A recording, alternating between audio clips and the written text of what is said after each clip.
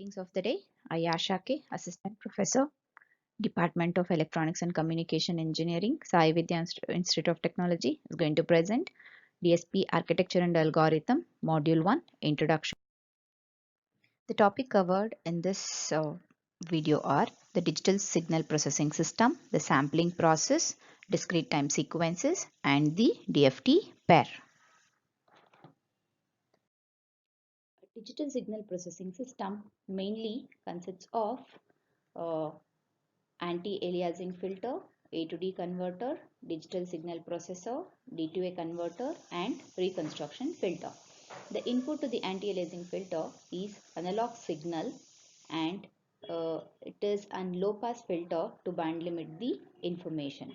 Analog to digital converter consists of sample and hold circuit, quantization, and encoder to convert the analog data into digital format. A digital signal processor processes the data and produces the digital output. The output of the digital signal processor is connected to the digital to analog converter. That digital to analog converter converts back the input data into analog signal. The reconstruction filter, it's a low pass filter. It converts the analog data to the real time information. So this is the digital signal processing system.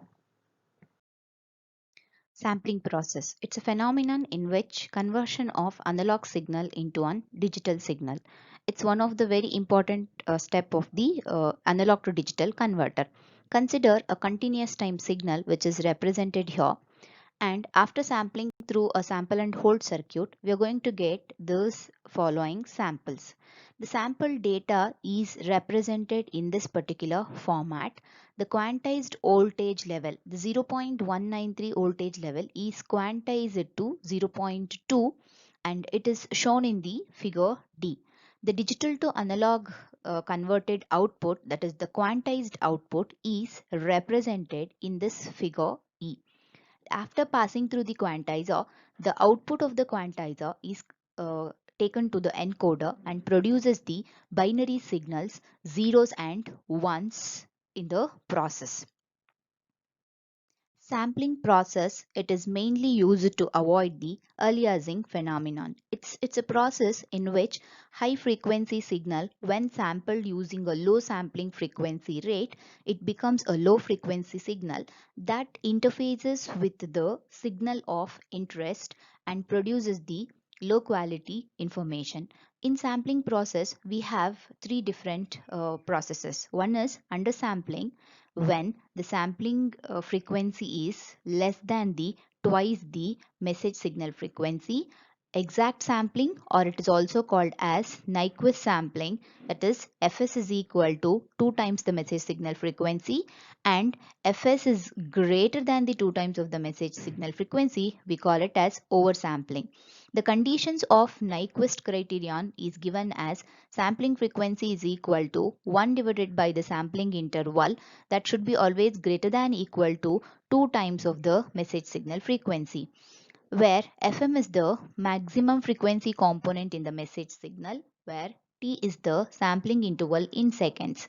In this figure, we have shown here that the condition for undersampling, exact sampling, and oversampling. So this is the case for undersampling, and this is the case for exact sampling, and this is the case for oversampling. Now we are going to discuss about the discrete time sequences. Consider a continuous time signal x of t is equal to a cos 2 pi ft, where capital T is the sampling interval. I'm going to replace small t by capital N into t, that is x of n t is equal to a cos 2 pi f n into t, where n is the discrete samples represented as 0, 1, 2, 3, etc. For simplicity, we'll represent x of n is equal to x of nt is equal to x of n.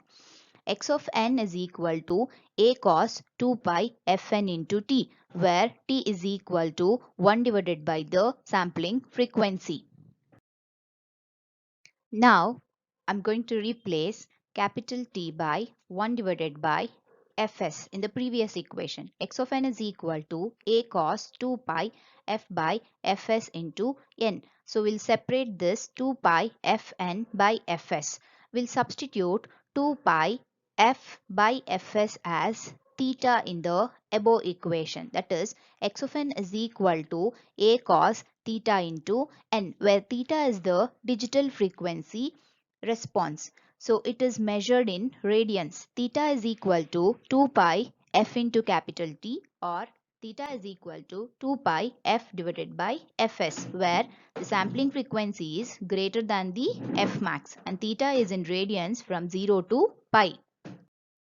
The commonly used DSP sequences, digital signals processing sequences, are sinusoidal sequence and cosine sequence as discussed previously. And we also have an exponential sequence which is represented as P of n is equal to exponential of j 2 pi small n by capital N, where small n is the values of -1, 0, 1, 2, 3, etc. and capital N is an integer.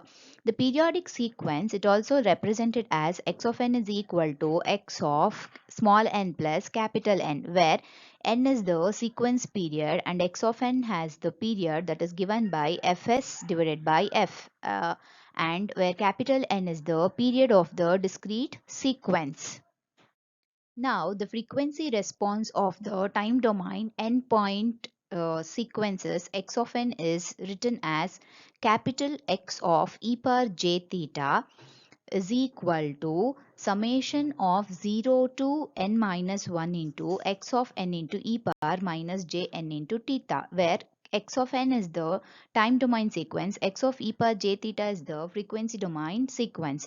For this frequency domain sequence, we will be having the real and imaginary part. The magnitude response of the sequence is given by magnitude of x of e power j theta, that is square root of r square plus imaginary square component, and also the phase response is given by tan inverse of imaginary part by the real part, that is also represented as x of e power j theta, where theta is the digital frequency which is represented as 0 to 2 pi radians. In frequency domain, it is like in hertz, it is 0 to fs hertz. Discrete Fourier transform pair. The DFT is used to transform a time domain sequence x of n into one frequency domain sequence x of k. To transform x of k back into one x of n, that is time domain sequence, we use the inverse discrete Fourier transform algorithm. The algorithm which are used for computation of the DFT and IDFT are known as fast Fourier transform algorithm. The discrete Fourier transform is represented as x of k is equal to summation 0 to n minus 1 into x of n into e power minus j 2 pi k n divided by capital N, where k is 0 to n minus 1. The inverse discrete Fourier transform pair conversion of the frequency domain sequence x of k back to a time domain sequence x of n is represented as x of n is equal to 1 divided by capital N of summation k ranging from 0 to n minus 1 into x of k into e power j 2 pi k n by capital N, where small n are the values of 0, 1, 2, 3, etc. Now, let us discuss the relationship between the discrete Fourier transform and the frequency response. We all know that the discrete Fourier transform is represented by this equation 1 and the frequency response is represented by equation 2. If you just compare the equation 1 and 2, x of k is equal to summation n ranging from 0 to n minus 1 x of n into e power minus j 2 pi k n by capital N, and x of e power j theta is equal to summation n is equal to 0 to n minus 1 into x of n into e power minus j n into theta. By comparing this, we can substitute x of k will be always equal to x of e power j theta, where the values of the theta is equal to 2 pi k divided by capital N, where the small k varies from 0 to n minus 1. From the relationship between the DFT and the frequency response, we can also calculate the frequency spacing delta f between the elements of the x of k sequences. That is, delta f, it's a ratio of sampling frequency divided by the number of sequence point capital N, where we know that sampling frequency is equal to 1 divided by the sampling interval, that is capital T. It is represented as 1 divided by capital NT, where 1 divided by capital T naught, where T naught is the signal record length. It is the product of the sampling interval and the number of sequence point capital N. From the previous algorithm, that is from the direct computation of the discrete Fourier transform and FFT based radix 2 algorithm, we can calculate the number of multiplications. Number of multiplications in case of direct DFT based computation is n square, whereas in case of FFT based radix 2 algorithm is n by 2 into log n base 2. The DFT multiplies by the FFT multiplies ratio is tabulated in this particular table. For n is equal to 2, the direct DFT computation n square, that is 4 computations are required for complex multiplications, whereas in case of FFT based computation, if we substitute here n is equal to 2, 2 by 2 into log 2 base 2 is 1. Similarly, for n is equal to 4, direct computation requires 4 square, that is nothing but 16, whereas FFT based computation uses the equation n by 2 into log n base 2, that produces the answer 4. Again, the ratio is 4.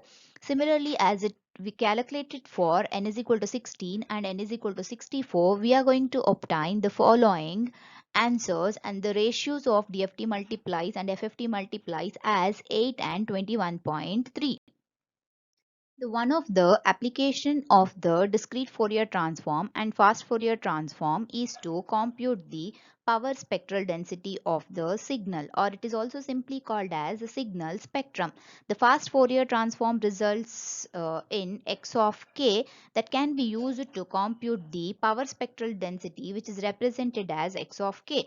X of k is equal to 1 divided by n into magnitude of x of k whole square. That is, can also be represented as 1 divided by n into x of k into complex conjugate of x of k. That is x of k into x star of k, where k is equal to 0, 1, 2, 3, etc. In summary, I would like to conclude here that we have learned a digital signal processing system block diagram, the sampling process, discrete time sequences, and DFT pair. Thank you.